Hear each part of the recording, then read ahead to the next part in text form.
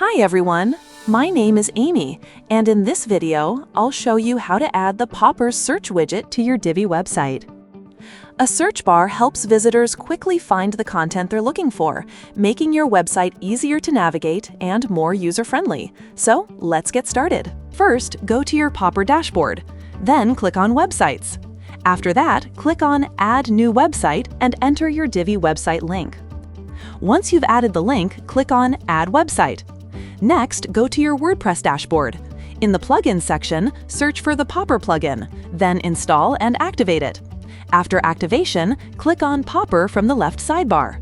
Then check your email and click on Save Account Email.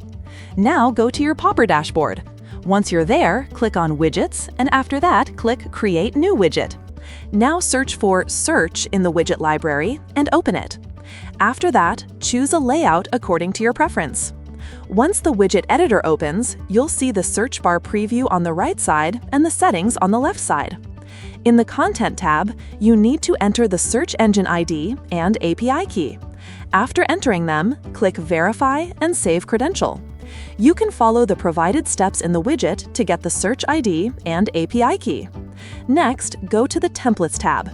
Here, you can choose from different template styles. Then open the Appearance tab.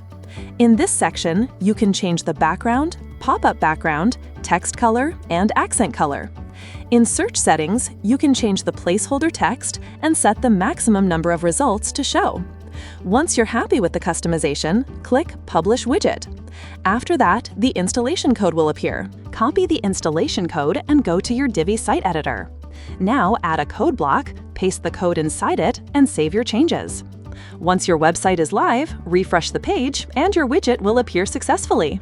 That's it for this video. I'll see you in the next one.